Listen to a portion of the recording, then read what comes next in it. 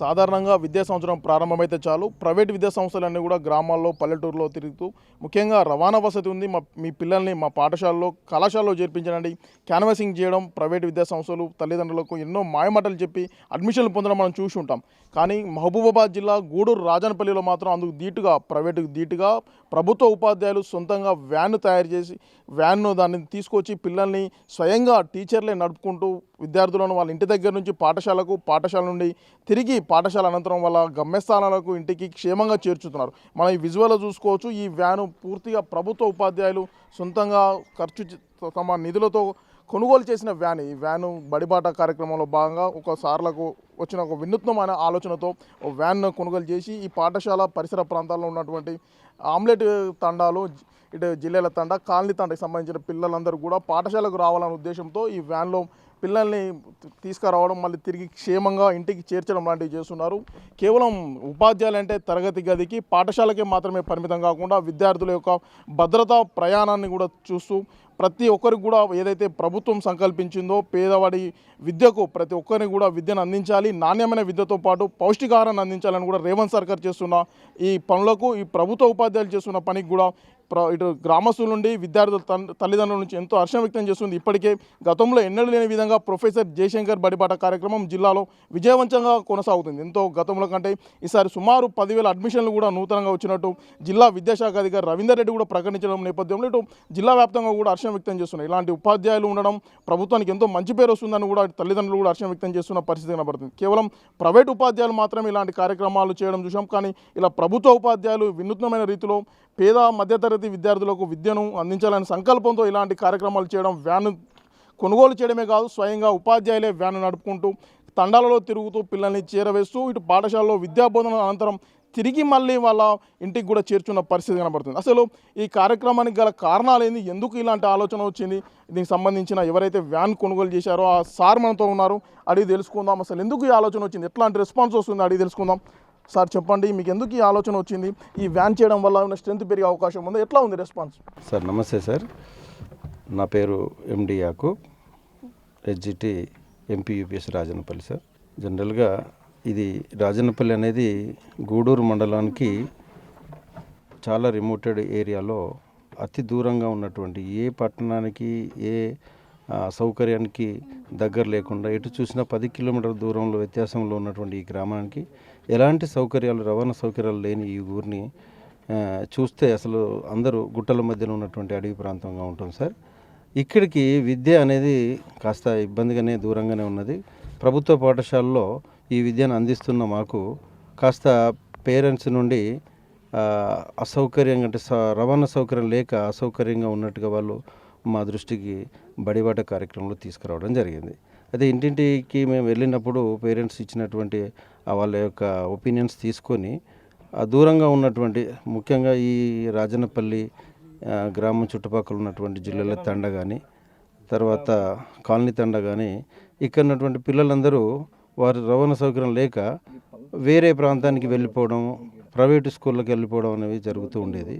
ఇది గమనించిన మా పాఠశాల బృందం అందరం ఉపాధ్యాయ బృందము ఏదైనా ఆలోచన చేయాలనే సంకల్పంతో ఈ నూతన సంవత్సరంలో ఒక వాహనాన్ని ఏర్పాటు చేస్తే బాగుంటుందని అందరి ఆలోచన రావడం, దానికి దాని ఏమంటారు ప్రారంభం చేయడం, ఒక వాహనాన్ని కొనుగోలు చేయడము, దాన్ని పెట్టి మొదటి రోజు వెళ్ళడం జరిగింది. పేరెంట్స్ నుండి గట్టి స్పందన అంటే మంచి స్పందన రావడం, వాళ్ళ ఆనందం వ్యక్తం చేయడం, అదే కంటిన్యూగా ఇది కొనసాగుతుంది సార్. ఇదే వాహనాన్ని నడపడానికి ఎవరు లేని పక్షంలో మళ్ళీ దాన్ని కూడా భారంగా భావిస్తున్నాం మేము.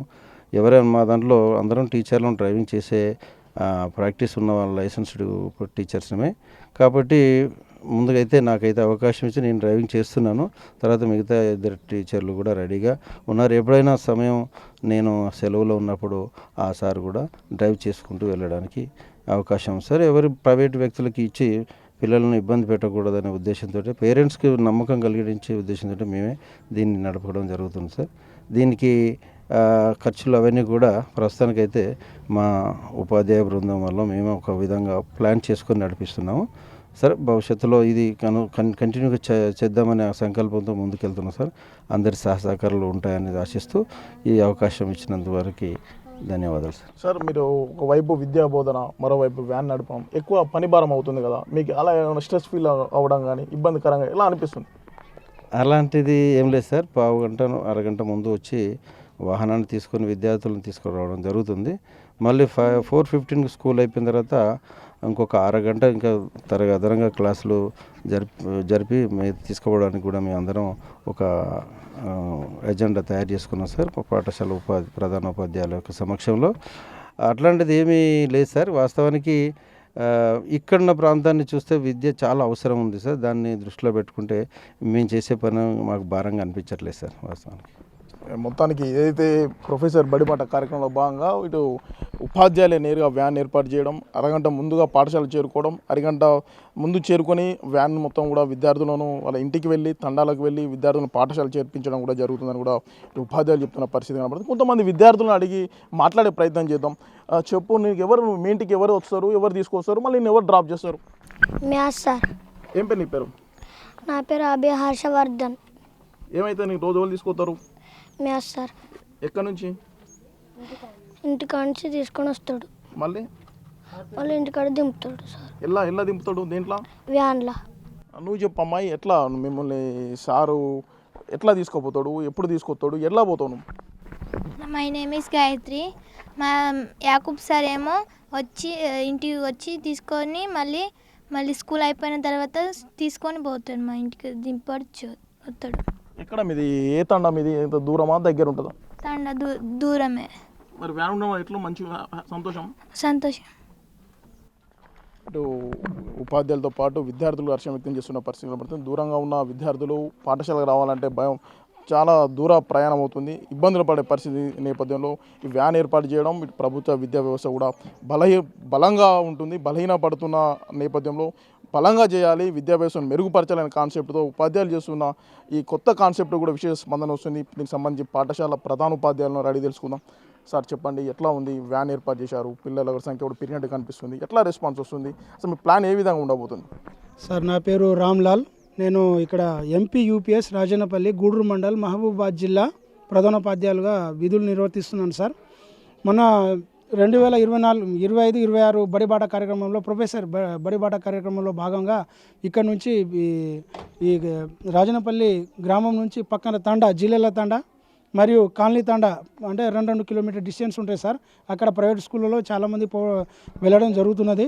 అక్కడ మా సార్ ఏం చేసిందంటే, మేము అందరం మా ఉపాధ్యాయ బృందాలు అందరం కలిసి ఆ తండకు అక్కడ ప్రొఫెసర్ బడిబాట కార్యక్రమంలో భాగంగా ప్రతి ఇంటికి పోయి తల్లిదండ్రులను కలిసి వాళ్లకు ఈ విధంగా ఎక్స్ప్లెనేషన్ వివరణ ఇవ్వడం జరిగినది సార్. వాళ్ళు కూడా చాలా అద్భుతంగా మాకు జవాబు ఇవ్వడం జరిగినది. మేము ఏమని ఇచ్చినామంటే, మీ పిల్లవానికి అక్కడ ప్రైవేట్ స్కూల్లో ఇంత డబ్బులు పెట్టి ఎందుకు ఖర్చు పెడుతున్నారు, ఇక్కడ ఉన్నటువంటి టీచర్లు కూడా చాలా ఎంఎస్సి బీఈడీలు మంచి క్వాలిఫికేషన్ తోటి ఉన్నారు ఇక్కడ మేము మంచి అద్భుతమైన విద్యను అందిస్తామని వాళ్ళకు ప్రతి ఇంటికి ప్రతి తల్లిదండ్రులకు మేము మా హామీ ఇవ్వడం జరిగినది.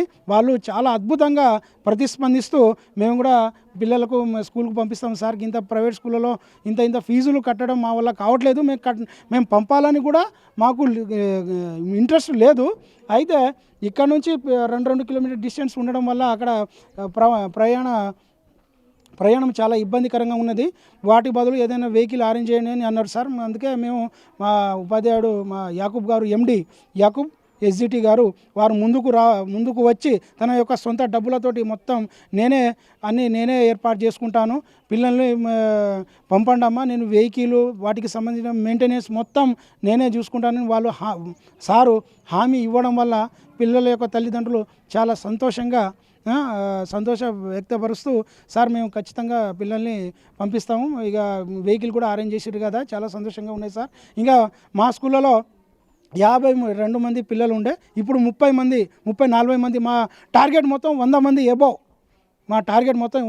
ఎబోవ్. సార్ పిల్లలు. వాళ్ళకు ఇట్లా మేము ఏం చేసినామంటే, అట్లా ఆ టార్గెట్ను రీచ్ కావాలని చేస్తూ మేము ఈ వినూత్నమైన కార్యక్రమాన్ని మేము మొదటగా ప్రవేశపెట్టినాం సార్. అది చాలా సక్సెస్ఫుల్ అయింది. ఇంకా ఎవరైనా దాతలు ఉంటే ప్రభుత్వం తొందరగా స్పందించి మా పాఠశాలను ఇంకా కనీస అవసరాలు ఏమేమి ఉన్నాయో వాటిని దృష్టిలో పెట్టుకొని ఇవన్నీ ప్రయాణ సౌకర్యాలు కానీ, పాఠశాలకు సంబంధించినటువంటి తరగతి గది అవి లేవు సార్. అవి మాత్రం ప్రొవైడ్ చేయాలని మనసారా కోరుకుంటున్నాను. Thank you sir.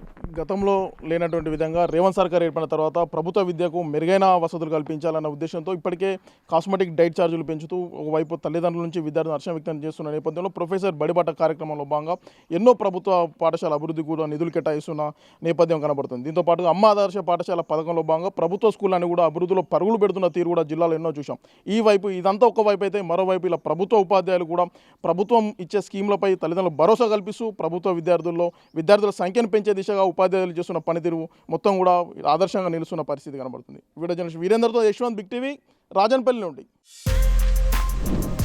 For more videos like this, subscribe Big TV channel.